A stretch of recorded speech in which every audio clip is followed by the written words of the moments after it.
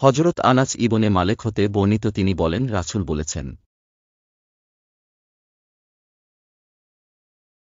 কারো নিজের ঘরের এক নামাজে শুধু এক নামাজেরই সমান সওয়াব পাবে।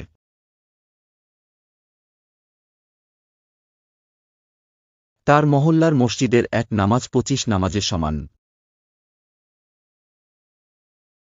আর যে মসজিদে জুমার নামাজ আদায় করা হয়, সে মসজিদে এক নামাজ 500 নামাজের সমান। বাইতুল মুকাদ্দাসের এক নামাজ 50,000 নামাজের সমান। আমার এ মসজিদের এক নামাজ 50,000 নামাজের সমান।